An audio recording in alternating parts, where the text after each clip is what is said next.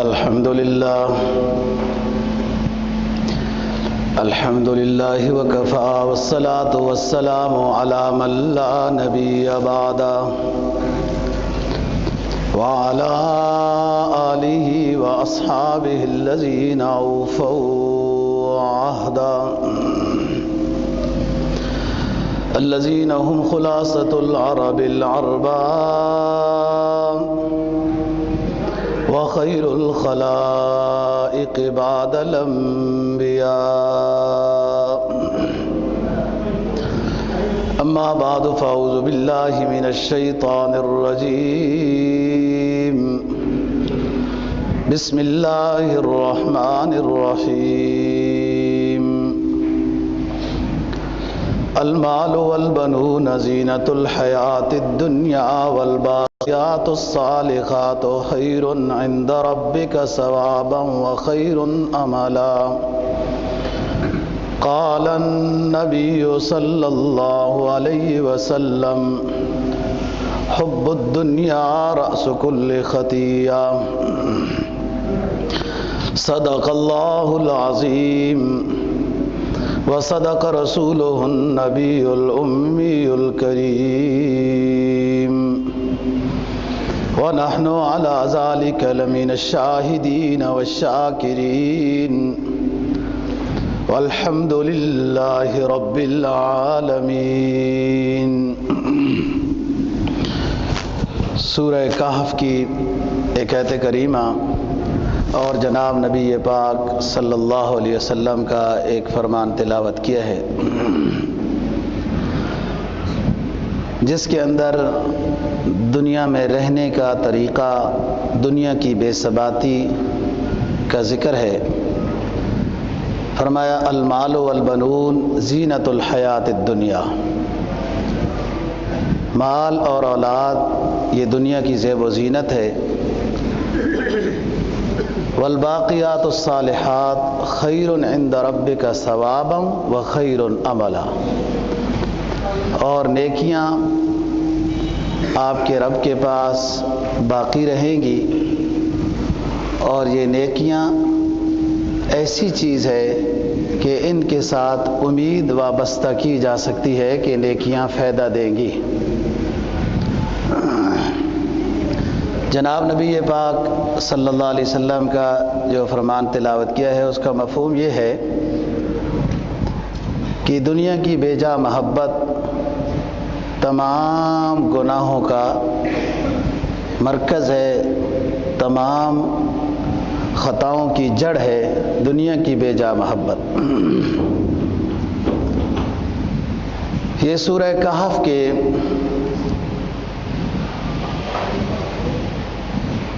آخری پاؤ 15ویں پارے کے اندر دو بھائیوں کا یا دو ساتھیوں کا ذکر ہوا ہے، اور اس کے بعد یہ آیت اللہ پاک نے فرمائی کہ مال و دولت دنیا کی زیب و زینت ہے، اور اصل جو نیکی ہے وہ عند اللہ باقی رہتی ہے، اور اس سے امید بھی لگائی جا سکتی ہے.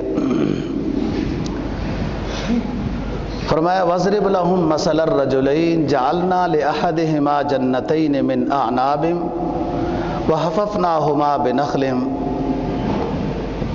وَزَرْعٍ. کہ دو آدمیوں کا واقعہ اے نبی آپ لوگوں کے سامنے بیان کریں. جَعَلْنَا لِأَحَدِهِمَا جَنَّتَيْنِ مِنْ أَعْنَابٍ وَحَفَفْنَاهُمَا بِنَخْلٍ. کہ ہم نے ان میں سے ایک کو کئی باغ عطا کیے تھے، کھجوروں کے، انگوروں کے، اور کھیتی اور مال و دولت، اولاد کی فراوانی. اور دوسرا غریب تھا لیکن نیک تھا، ایمان والا تھا. اور جو مالدار تھا یہ مشرک تھا، ایمان والا نہیں تھا. عبداللہ بن مبارک رحمہ اللہ تعالی بروایت عطاء خراسانی نقل کرتے ہیں کہ یہ دو بھائی تھے، اور ان کو وراثت اپنے والد کی طرف سے ملی تھی. ہر ایک بھائی کو 400 دینار وراثت میں آئے تھے. ایک اللہ کے راستے میں خرچ کرتا گیا اور ایک دنیا بناتا گیا.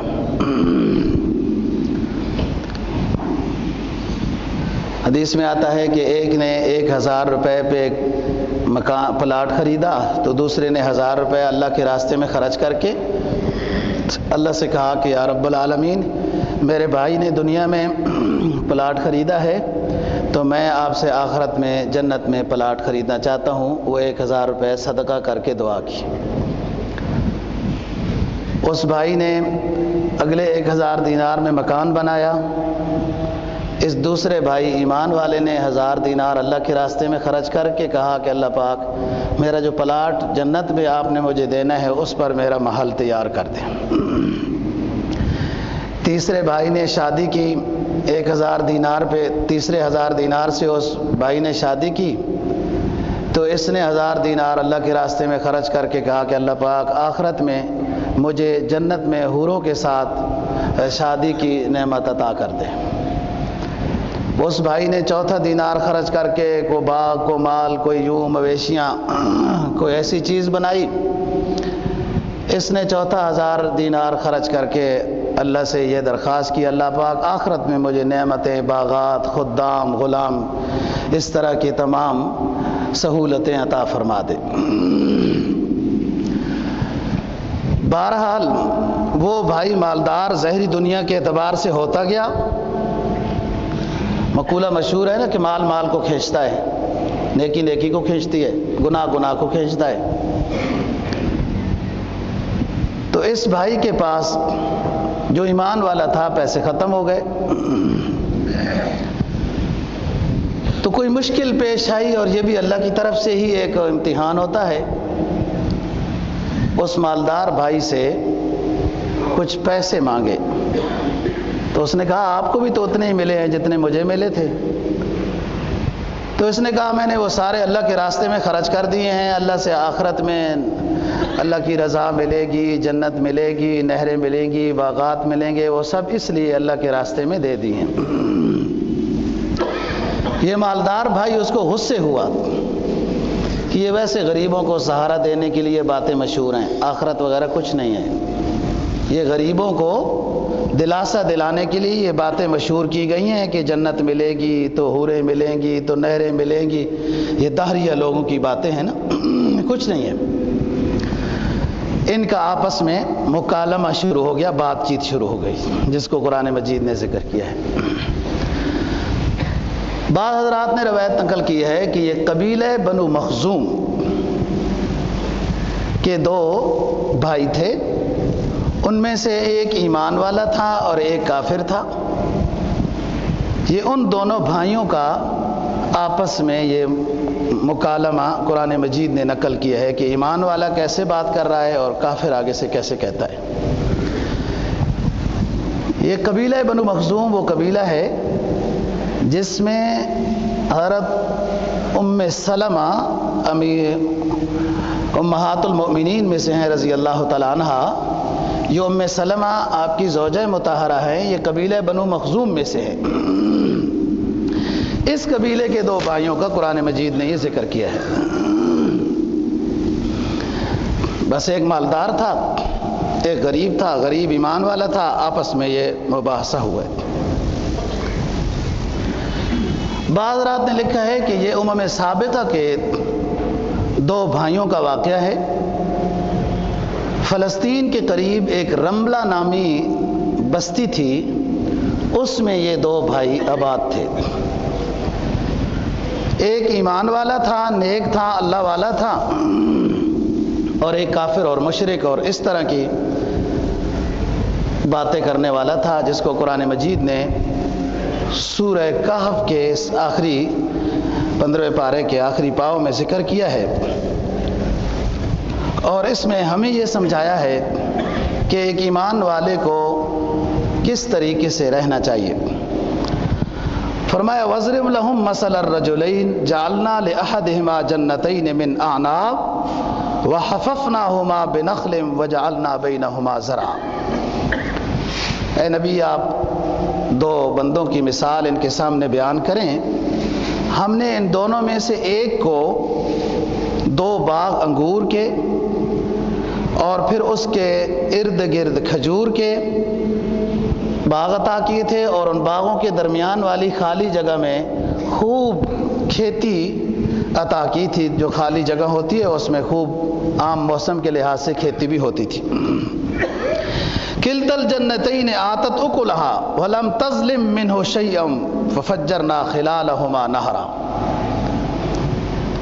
ان دونوں باغوں میں یہ خوبی تھی کہ ہر وقت اپنا پھل پورا دیتے تھے. ایسا نہیں ایک سال پھل آیا ایک سال نہیں آیا.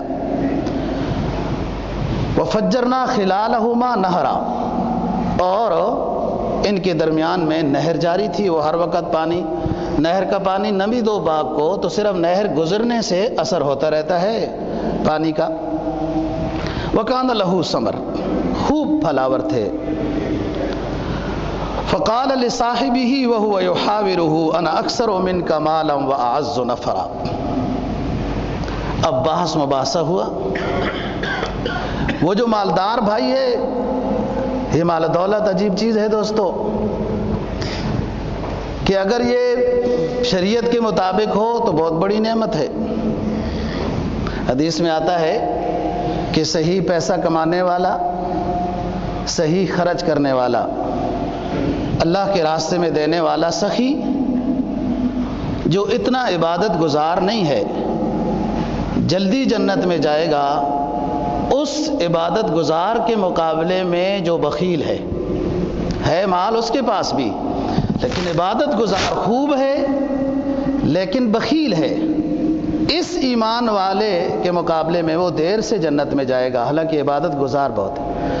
اور یہ صحیح اصول کے مطابق کماتا ہے، خرچ کرتا ہے، اللہ کے راستے میں دیتا ہے، یہ سخی جلدی جنت میں جائے گا. حدیث میں آتا ہے نا کہ سخی جنت کے بھی قریب ہے، اللہ کے بھی قریب ہے، بندوں کے بھی قریب ہے، اور بخیل جنت سے بھی دور ہے، اللہ سے بھی دور ہے، بندوں سے بھی دور ہے. لیکن وہ مالدار جس کے کمانے کا طریقہ غلط، سنبھال کے رکھ رہا ہے، خرچ کہیں نہیں کر رہا، تو یہ دولت حب دنیا ہے، یہ وبال جان ہے، عذاب آخرت کا سبب ہے.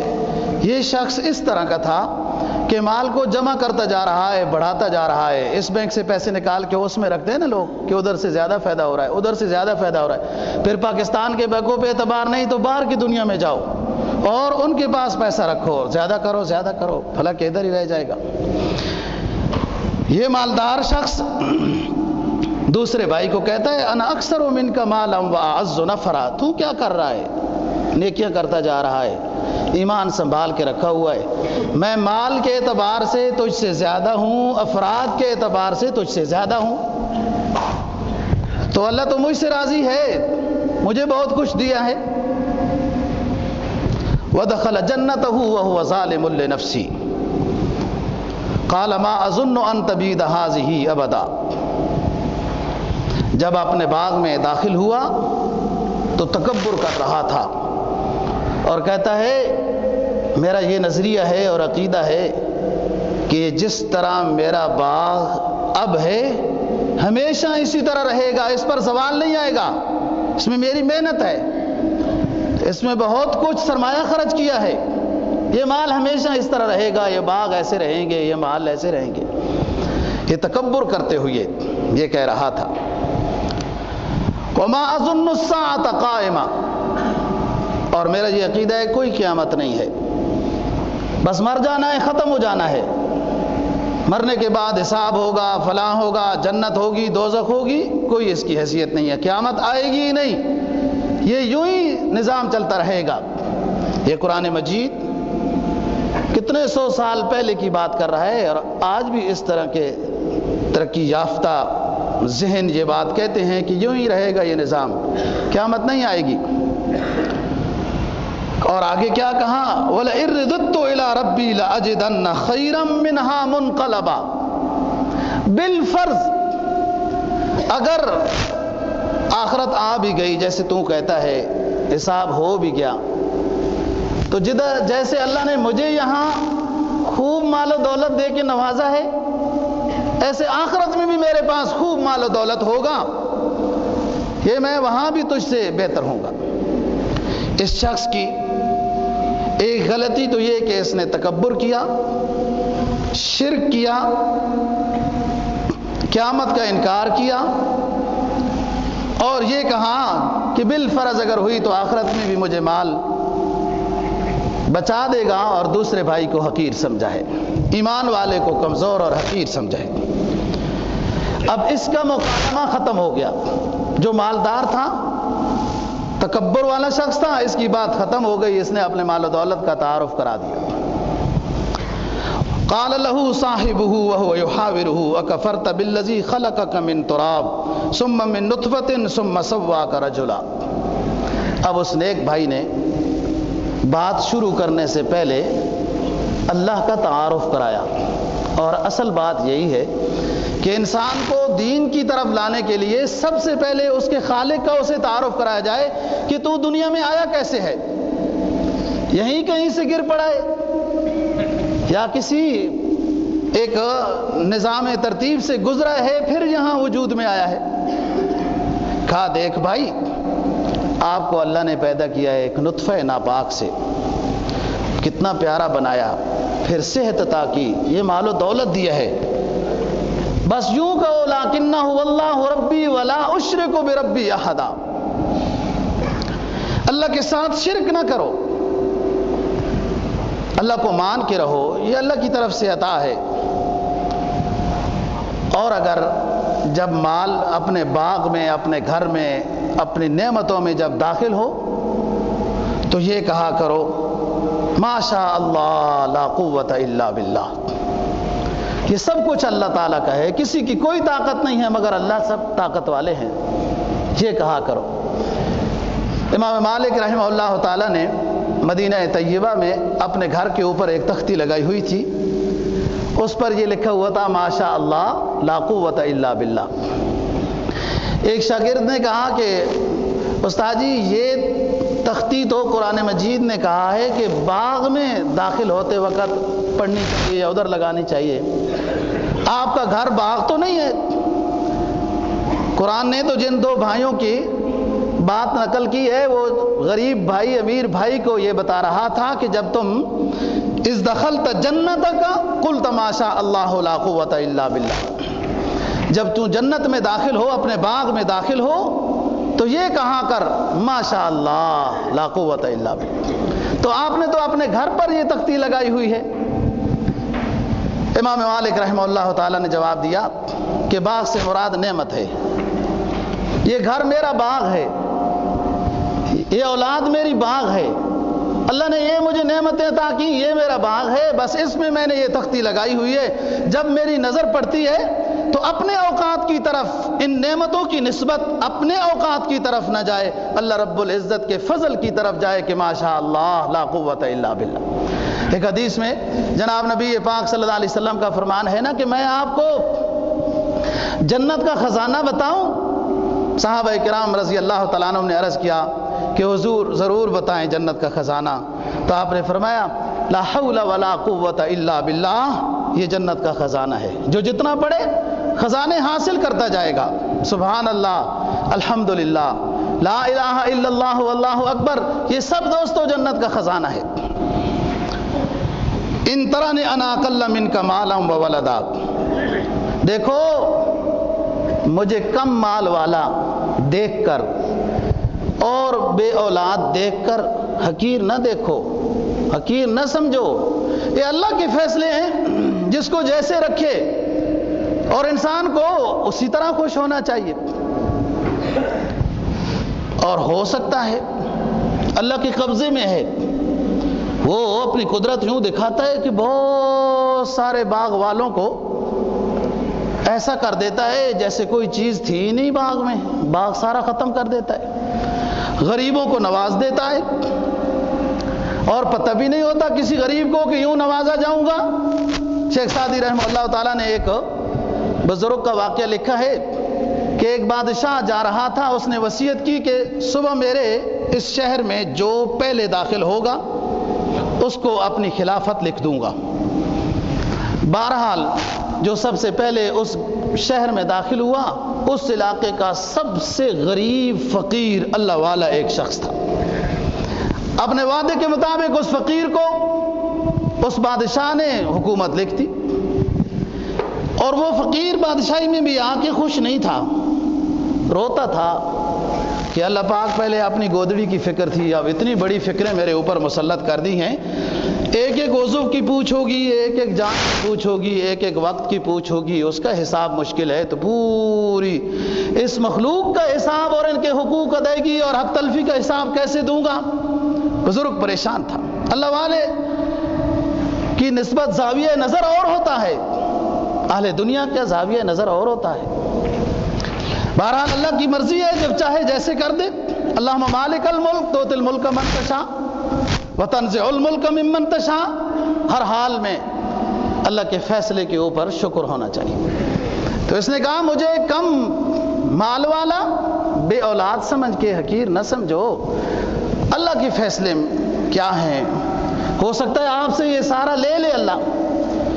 فرمایا فَعَسَىٰ رَبِّهِ أَن يُؤْتِيَنِ خَيْرًا مِّن جَنَّتِكَ وَيُرْسِلَ عَلَيْهَا حُسْبَانًا مِّنَ السَّمَاءِ فَتُصْبِحَ صَعِيدًا زَلَقًا أَوْ يُصْبِحَ مَاؤُهَا غَوْرًا فَلَن تَسْتَطِيعَ لَهُ طَلَبًا. میرے محترم بھائی، مجھے کم مال والا دیکھ کر، بے اولاد دیکھ کر مجھے حقیر نہ سمجھو. مال و دولت دینے والی وہ ذات ہے، جب چاہے لینا تو 1 منٹ میں آپ سے لے سکتی ہے. صبح ہوئی، یہ مکالمہ کرنے والا بھائی، متکبرانہ انداز میں بات کرنے والا بھائی جب اپنے باغ میں گیا، وہ کھجوروں کے درخت بھی سجدہ ریز ہیں، انگوریں کی بیلیں بھی ٹوٹی ہوئی ہیں، کھیتی جلی ہوئی ہے، پانی خشک ہے. تمام مال جب ضائع دیکھا تو کہنے لگا ہائے افسوس، کاش کہ میں نے اپنے بھائی کی بات مانی ہوتی اور اس ذات کے ساتھ میں مقابلہ نہ کرتا اور اس کا شرک نہ کرتا، اس کے ساتھ کسی کو شریک نہ ٹھہراتا. میں اپنے شرک کی وجہ سے دنیا سے بھی ضائع ہو گیا، آخرت میں بھی ضائع ہو گیا. یہ مال میرا دنیا میں بھی کام نہ آیا، میں تو کہتا تھا یہ مال میرا آخرت میں کام آئے گا. یہ مال ہے دوستو، اگر ایمان ہے اس کے ساتھ مال ہے، یہ اللہ کی نعمت ہے، اس کی مرضی میں جب خرچ ہو رہا ہے. یہ مال اگر اس کی مرضی سے نہیں کمایا جا رہا، لوٹا جا رہا ہے، غصب کیا جا رہا ہے، غریب عوام کے خون اور پسینوں کو نچوڑا جا رہا ہے، اس انداز میں یہ مال اگر جمع کیا جا رہا ہے تو یہ عذاب ہے، یہ وبال جان ہے، عذاب آخرت کا سبب ہے، رسوائی ہے. قرآن کہتا ہے کم ترکو من جنات وعیون وزروع ومقام کریم. کتنے ایسے جنہوں نے سیم و زر کے ڈھیر چھوڑے، دنیا میں جاتے وقت بھی ان کو سیم و زر کے ڈھیروں نے کوئی فائدہ نہیں دیا، اور آخرت میں بھی یہ ان کے لیے عذاب کا سبب بن جائیں گے. ہم نے دیکھے ایسے ہزاروں کہ جن کا معطر بدن تھا، مشین چلن تھا، جب قبر ان کی کھودی نہ عضو بدن تھا نہ تارے کفن تھا. تو بھائی اس کو سمجھا رہا ہے تکبر نہ کرو، اللہ کی قبضے میں ہے یہ سب کچھ مال، اور اس کو نعمت سمجھو، اللہ کا شکر بجا لاؤ تو پھر فائدہ ہوگا. تکبر نہ کرو، اللہ کے قبضے میں ہے، جو جب چاہے چھین لے، کچھ اس کے لیے مشکل نہیں. جب آیا وَأُحِيطَ بِثَمَرِهِ فَأَصْبَحَ يُقَلِّبُ كَفَّيْهِ عَلَى مَا أَنفَقَ فِيهِ وَهِيَ خَاوِيَةٌ عَلَى عُرُوشِهَا وَيَقُولُ يَا لَيْتَنِي لَمْ أُشْرِكْ بِرَبِّي أَحَدًا. ہاتھ ملنے لگا، ہائے میرا باغ کہاں گیا، اس کو کیا ہو گیا. اے اس بھائی کی بات مانی ہوتی، اللہ کا شرک تو نہ کرتا، اللہ کے ساتھ شریک تو نہ ٹھہراتا. اب شرک کرنے کی وجہ سے، تکبر کی وجہ سے آخرت بھی چلی گئی، اور مال و جو باغ تھے یہ گل سڑ گیا، دنیا بھی چلی گئی۔ وَلَمْ تَكُنْ لَهُ فِئَةٌ يَنْصُرُونَهُ مِنْ دُونِ اللَّهِ وَمَا كَانَ مُنْتَصِرًا۔ کوئی اس کا جو کہتا تھا نا انا اکثر منک مالا واعز نفرا، میں بہت مال والا ہوں، بہت بڑے افراد اور پارٹی والا ہوں، کوئی پارٹی کوئی مال اس کی مدد کے لیے نہیں آیا اور نہ وہ خود مدد کر سکتا ہے۔ سنو ہنالک الولایۃ للہ، حکومت صرف اللہ کی ہے، طاقت صرف اللہ کی ہے۔ ہنالک الولایۃ للہ الحق هو خیر ثوابا وخیر عقبا، اسی سے امید لگائی جائے، اسی کے نام پہ زندگی گزاری جائے، پھر نیکیاں کی جائیں، پھر امید نیکیوں کے ساتھ گانا بہتر ہے، اور یہ امید کا آمد بھی ہوگی۔ جو مال و دولت اتنا جمع کیا اس سے امید نہ لگاؤ۔ تو بات یہ ہے، یہاں غریب اور امیر بھائی کی بات قرآن نقل کر رہا ہے۔ دیکھو دوستو، اسلام مذہب عظیم مذہب ہے، مبارک مذہب ہے، پرسکون مذہب ہے۔ اگر سمجھ میں آ جائے نا تو اسلام جیسا تسلی بخش مذہب کوئی مذہب نہیں ہے، اسلام جیسا مذہب۔ ہر طرح کے شخص کے لیے ہدایات اسلام میں موجود ہیں، اور کسی جگہ پہ جا کر اسلام مذہب میں مایوسی نہیں ہے، ہر جگہ میں سبق موجود ہے۔ لیکن صرف ایمان والے کو ایک چیز دی گئی کہ اس کو حاصل کرو، ایمان کو حاصل کرو، اپنی کوالٹی ایمان کی عمدہ بناؤ، پھر اس میں یہ وصف آئے گا کھرے اور کھوٹے میں امتیاز کرنے کا۔ غربت ہوگی تو کیسے رہنا ہے، امیری ہوگی تو کیسے رہنا ہے، پیسہ کمانا ہے تو کیسے کمانا ہے، خرچ کرنا ہے تو کیسے کرنا ہے۔ ایمان ہوگا جب، خوف خدا ہوگا، پھر اس قلب میں ایک کوالٹی آئے گی۔ علامہ رومی کہتے ہیں نا، علامہ رومی فرماتے ہیں کہ یہ جو انسان امتیاز کرتا ہے نا، کوئی پتل اور سونے کا امتیاز کرتا ہے، کوئی کس چیز کا امتیاز کرتا ہے، ایمان والے کو اللہ نے جب یقین کی دولت دی ہو اپنے اوپر، اللہ نے اپنے اوپر، اپنے حبیب پر، اپنی شریعت پر یقین کی دولت جب عطا کی ہو، تو اس کو وہ صلاحیت عطا کرتا ہے اللہ پاک کہ یہ کھرو کھوٹے میں امتیاز کر دیتا ہے، پھر معجزے اور سحر میں یہ فرق کر لیتا ہے، یہ استدراج میں اور حقیقت میں یہ فرق کر لیتا ہے جب اس کے پاس ایمان کی کوالٹی ہوتی ہے۔ تو ایک چیز بنانے کی ہدایت کی گئی ایمان والے کو کہ ایمان بنائے، اس میں صلاحیت پیدا کرے، انوار و برکات لائے، گناہوں سے بچے، اللہ اور اللہ کے حبیب کے احوال کو اور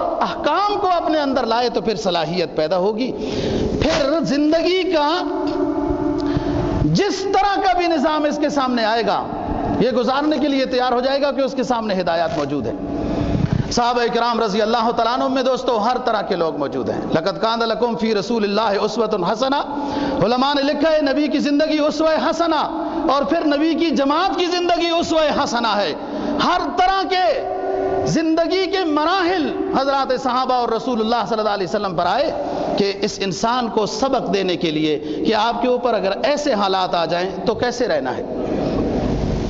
حضرت ابو ذر غفاری رضی اللہ تعالیٰ عنہ مشہور صحابی ہیں، اور اتنے درویش ہیں، اتنے درویش فقیر ہیں، اگر ایک وقت کا کھانا ہے تو دوسرے وقت کا کھانا اپنے پاس رکھنا ناجائز سمجھتے تھے۔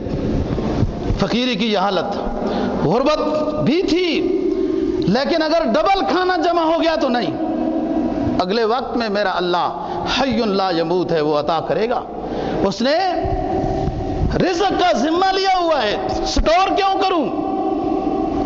اور دوسری طرف آؤ اب، اور غربت میں گزاری زندگی بڑی شان و شوکت کے ساتھ، ہاں، اور دوسری طرف زندگی حضرت عبد الرحمن بن عوف رضی اللہ تعالیٰ عنہ کی ہے۔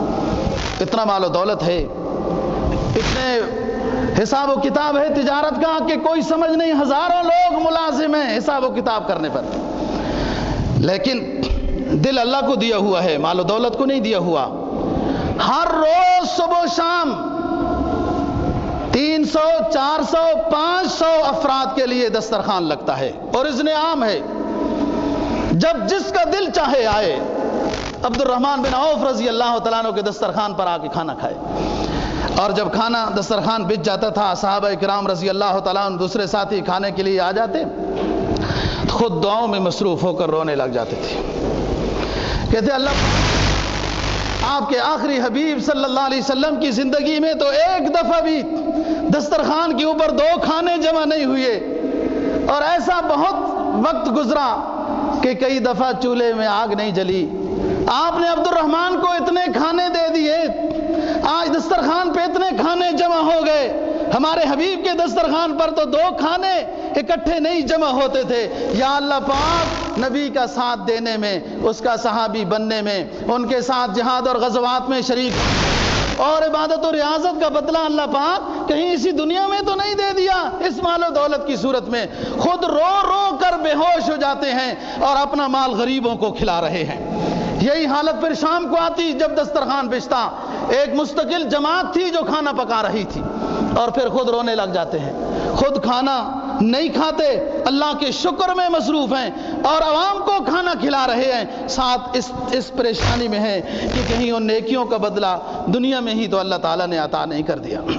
بات یہ ہے دوستو، باقی صحت کی صورت، صحابہ کرام رضی اللہ تعالیٰ عنہم کی، حضرات تابعین، طبع تابعین کو اللہ نے صحت عطا کی، اس صحت کو بھی اللہ کے راستے میں خرچ کیا، خواہ جہاد کی صورت ہو، عبادت کی صورت ہو، ریاضت کی صورت ہو، جس کو علماء تاریخ نے خلفائے راشدین میں شمار کیا، صحابہ کرام کی تو شان اونچی ہے، جس کو قرآن مجید نے یہ بات کہی کہ ہم رکبانم بالنہار ورہبانم باللیل، یہ نبی کی صحابہ، نبی کی جماعت، یہ حزب اللہ، یہ دن دہاڑے تو گھوڑوں پر سواری کر کے اعلاء کلمت اللہ کی خاطر جہاد فی سبیل اللہ میں مصروف ہوتے تھے، اور یہ مبارک جماعت رات کو رہبانم بالنہار مصلی پر کھڑا ہو کر اللہ کے سامنے گویا کہ قیام اور رکوع اور سجود میں گزارتی تھی یہ جماعت صحابہ کرام رضی اللہ تعالیٰ۔ میں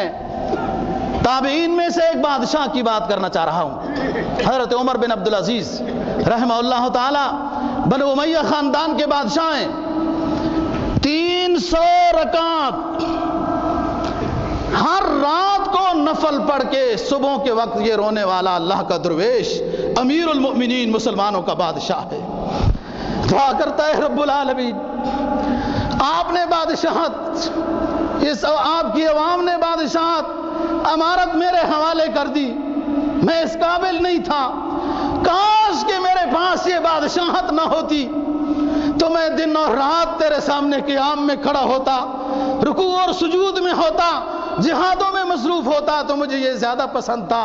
میں 300 رکعت رات کو نفل پڑھ کے آپ کے سامنے پیش کر رہا ہوں، یہ آپ کی حق عبادت ادا نہیں ہوا، بہت کم عبادت ہے۔ یہ بادشاہ کی بات ہے دوستو، اللہ نے صحت دی اس جماعت کو، تو اس صحت میں بھی اللہ کو یاد کر رہے ہیں کہ دن بھی اللہ کے لیے، رات بھی اللہ کے لیے۔ ہم تو جو ایک عبادت کر لیں نا، ایک نیکی کر لیں، ہم سے وہی نہیں سنبھالی جاتی، اور دوسری نیکیوں کو پس پش ڈال دیتے ہیں کہ اس نیکی کی کتنی فضیلت ہے، اتنی فضیلت ہے اس نیکی کی، اور نیکیاں کیا کرنی ہے۔ یہ شیطانی دھوکہ ہوتا ہے، اللہ والے نیکیوں سے سیر نہیں ہوتے۔ یہ راستہ ایسا ہے دوستو، یہ راستہ ایسا ہے کہ اس میں جتنا سفر کرتے جاؤ انسان نہ تھکتا ہے نہ دل بھرتا ہے۔ اس راستے میں منزلیں، ہر منزل اگلی پچھلی منزل سے اگلی منزل اور عمدہ ہوتی ہے، اور اونچی مبارک انوار و برکات لے کر آ رہی ہوتی۔ یہ تو صحت کی بات ہے۔ اب بیماری کا زمانہ دیکھو، حضرت عمران بن الحسین سعد سے، انصاری صحابی ہیں رضی اللہ تعالیٰ عنہ، بیمار ہو گئے۔ اللہ کا شکر اس انداز میں ادا کرتے ہیں بیماری کے زمانے میں عمران بن حسین رضی اللہ تعالیٰ عنہ کہ لوگ صحت کے زمانے میں اس طرح شکر نہیں ادا کرتے تھے۔ صحت کے زمانے میں 32 سال بیمار رہے مدینہ طیبہ میں۔ حضرت عثمان غنی رضی اللہ تعالیٰ عنہ کے دور میں ان کی وفات ہوئی، اور آخری زمانہ ان کا ایسا آ گیا تھا کہ صرف ایک پہلو پر یہ لیٹ سکتے تھے، اسی پہلو پہ نماز پڑھنی ہے، اسی پہلو پہ کھانا کھانا ہے، اسی پہلو پہ لیٹ کے قضائے حاجت کرنی ہے، اسی پہلو پہ لیٹ کے ساتھی وضو کراتے تھے اور اسی پہلو پہ لیٹ کے اللہ کے سامنے عبادت میں مصروف رہتے تھے۔ لیکن 32 سال کی بیماری کے زمانہ اور یوں زمانہ کہ ایک پہلو پہ لیٹنا ہے، کبھی زبان پہ کبھی دل و دماغ کے اوپر ادنا شکوہ بھی اللہ کے سامنے نہیں کیا، اور ہر وقت کیا کہتے تھے؟ اللہ میں راضی ہوں، تو اس میں راضی ہے تو میں قربان، میں اس پہ راضی ہوں، اگر آپ مجھے اس حالت میں رکھنا چاہتے ہیں تو میں راضی ہوں۔ حضرات صحابہ کرام رضی اللہ تعالیٰ عنہم جب ملنے جاتے، حضرت عمران بن حسین رضی اللہ تعالیٰ عنہ کو دیکھ کر حیران ہو جاتے تھے، کہتے عمران آپ اس حد تک بیمار ہو اور آپ کا چہرہ کتنا حشاش بشاش ہے، لگتا یہ ہے کہ آپ کو تو کوئی بیماری نہیں۔ تو آگے سے فرمایا کرتے تھے کہ میں اللہ کے فیصلے پہ راضی ہوں، شاکر ہوں، صابر ہوں، شاکر ہوں، اور اللہ نے قرآن میں سب سے زیادہ جن اپنے نیک بندوں کو نوازا ہے یا وہ صابر تھے یا شاکر تھے۔ کیا کہتے ہیں علامہ؟ زندہ کنی رضائے تو، زندہ کنی عطائے تو، وربہ کشی فدائے تو، دل شدہ مبتلائے تو، ہر چکنی رضائے تو۔ علامہ کہتے ہیں اے میرے اللہ پاک زندہ کنی عطائے تو، زندگی بخشی ہے آپ نے سے تو عافیت کی تو رب کریم آپ کی عطا ہے، میں شاکر ہوں اس نعمت پر۔ وربہ کشی فدائے تو، اور اگر یہ زندگی کو لینا چاہتا ہے اپنے راستے میں تو میں ہر وقت اپنی جان کو آپ کی راہ میں قربان کرنے کے لیے تیار ہوں۔ دل شدہ مبتلا تو،